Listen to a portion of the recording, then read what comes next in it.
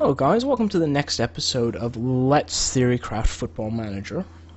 This is actually going to be a slightly shorter video than some of my others. I'm basically just going to expand on some more advanced ideas of what you can do in FM to keep track of the development of your players and things like that, and possibly try and find what their best role is. There's two little things that I'm going to mention. The first is have a notepad file. And it's going to be your FM file. And in this file, I would normally put a list of all the regen dates. I'd have a list of all the personalities and what the stats mean. And another thing that I do is I actually have this. This is actually from my crew save. And this is every single player that I've tutored and current ones. And I also have little notes there of players that need tutoring, so when I go through the talk with player for tutoring, I know who to use.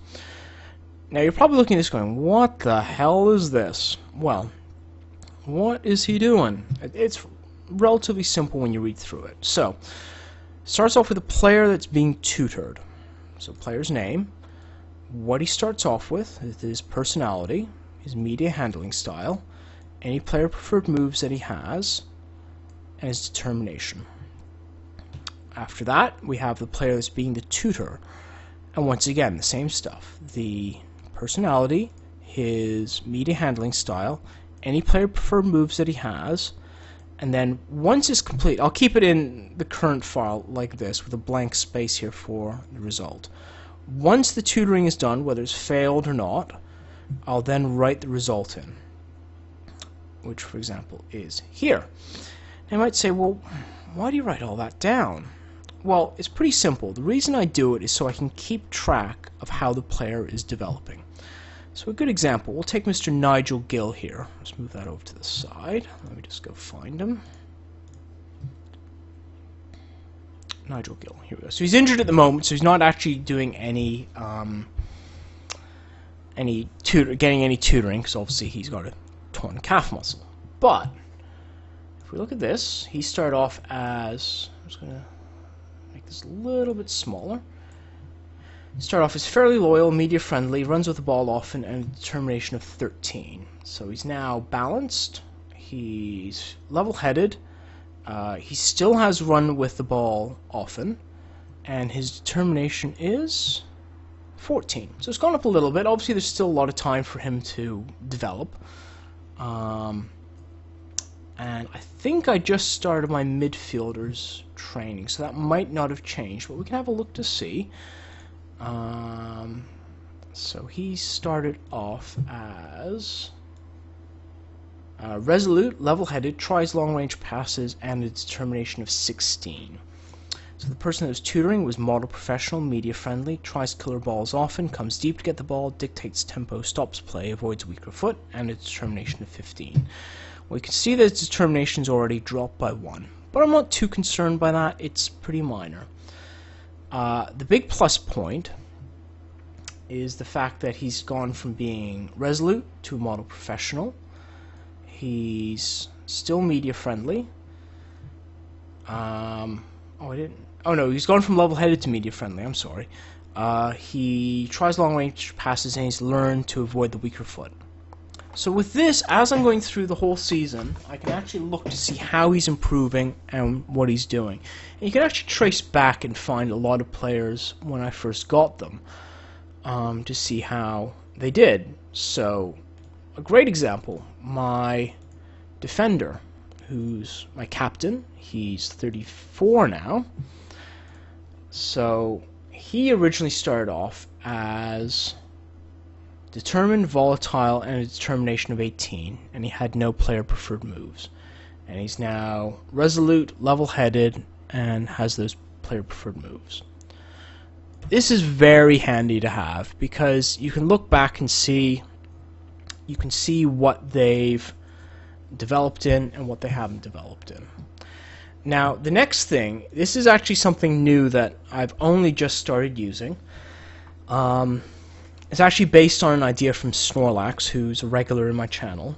And I don't think I've really showed anybody. But it's actually a spreadsheet. I know I sometimes normally make fun of a spreadsheet, but this is actually a really good idea.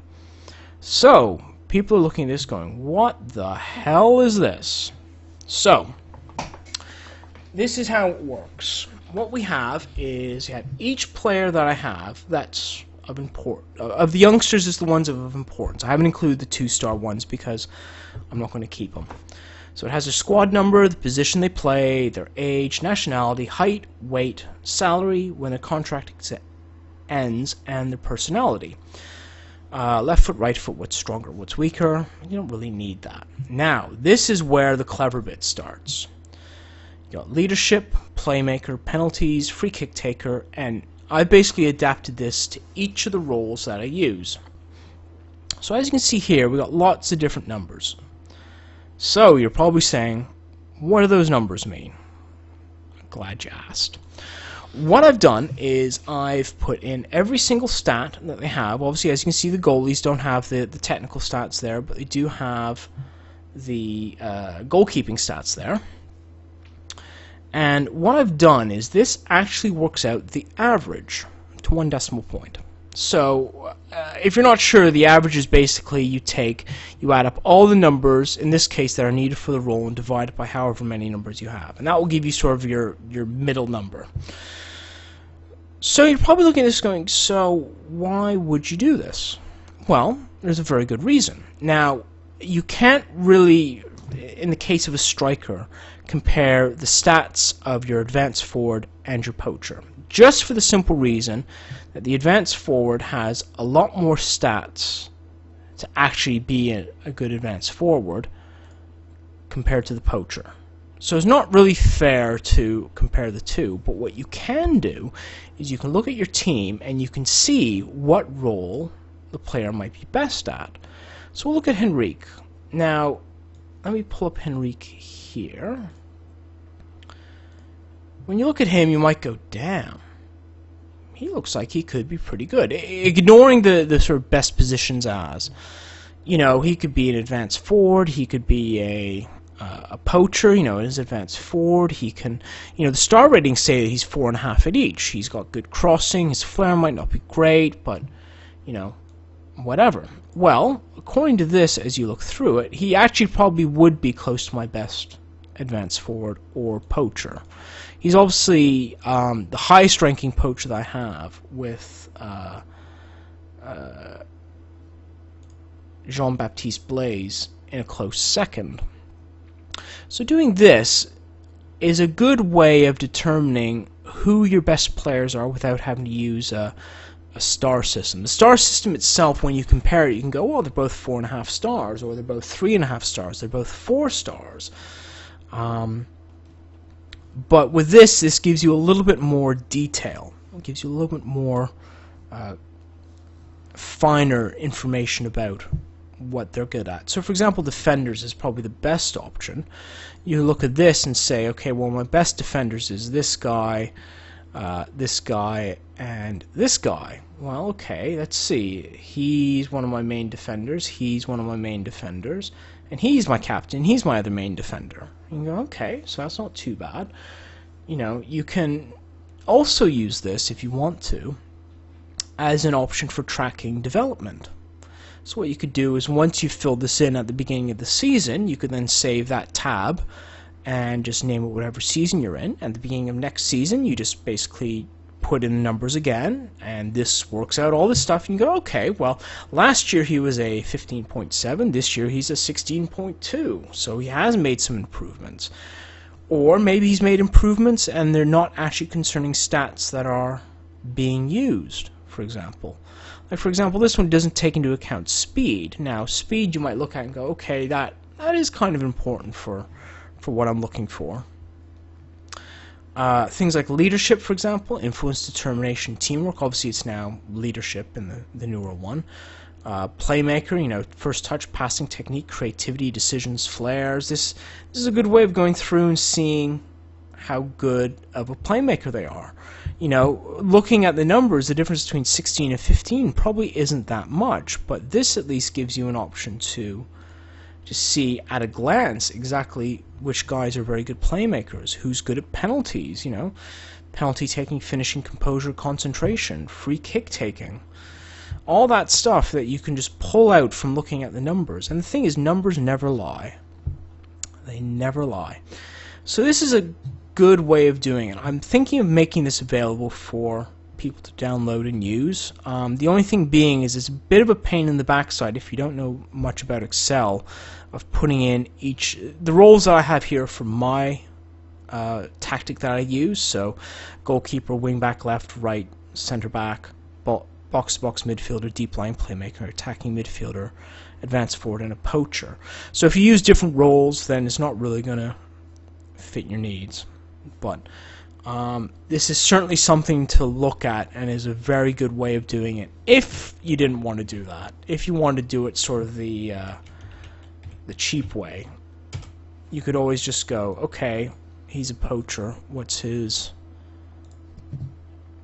he have? Okay, so he's got 16 plus 20 plus 17 plus 18 plus 19 plus 20 plus 15 plus 18 plus 17 plus 17, 177, 3, 6, 9, 10, divided by 10, 17.7, 17.7. So you can do it that way. So even if you had something like this set up and you wanted to see how a guy compares, like say if you're scouting someone, you can say, oh, okay, I'm just going to take his numbers, add them up, divide it. Okay, that's how he compares. So I hope you guys have found this useful. Like I said, this is very sort of, depends on how in-depth you want to get with it, but I certainly do recommend using some sort of notepad or note-taking software to keep track of your players' personalities, the player preferred moves they learned, what their increase in determination is, and things like that, because it makes a huge difference. A huge difference. Thank you for watching. I hope you've enjoyed this. If you have, don't forget to like, comment, subscribe, share it. I'd be interested to hear what you guys think of it, if there's anything else that you'd like to know about, and I will see you next time.